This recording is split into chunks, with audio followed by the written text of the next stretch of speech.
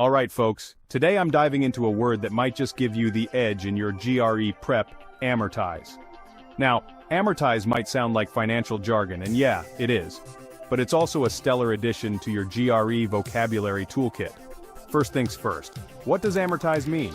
In its simplest form, to amortize is to gradually pay off a debt over time. Imagine you take out a loan to buy a car. Instead of paying back the entire sum at once, you make regular payments over several years. That's amortization in action. But hey, we're not here to discuss only finance. Knowing this word, and words like it, can give you an advantage on the GRE. Why? Because the GRE isn't just a test of your intelligence, it's a test of your preparedness.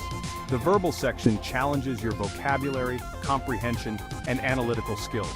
When you know words like amortize, you're not just memorizing definitions, you're also understanding context, nuance, and application. So how do you use amortize in a sentence? Let's say you're writing an essay or tackling a reading comprehension question. You might come across a sentence like, "The company plans to amortize its debt over the next decade." Here, amortize is used to express the idea of reducing the debt gradually. It's not just about knowing the word, it's about knowing how to use it correctly. Another example could be in the context of a conversation about life goals. You might say, "By budgeting wisely, I hope to amortize my student loans within 5 years." See how smoothly it fits in? It shows you understand the concept and can apply it to real-world situations. Okay, so why is this important for the GRE? The test makers love to throw in words that can stump you if you're not prepared.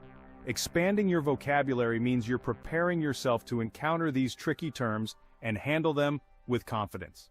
When you come across a word like amortize in a reading passage or text completion question, you'll know exactly what it means and how to interpret it. But let's not stop at just one word. Make sure to build a habit of learning and practicing new vocabulary regularly. Use flashcards, apps, or even just jotting down words you encounter in your day-to-day reading. The more words you know, the better you'll perform. And remember, the GRE isn't just about getting into grad school. It's a stepping stone to your future career and intellectual growth. So treat your prep as an investment.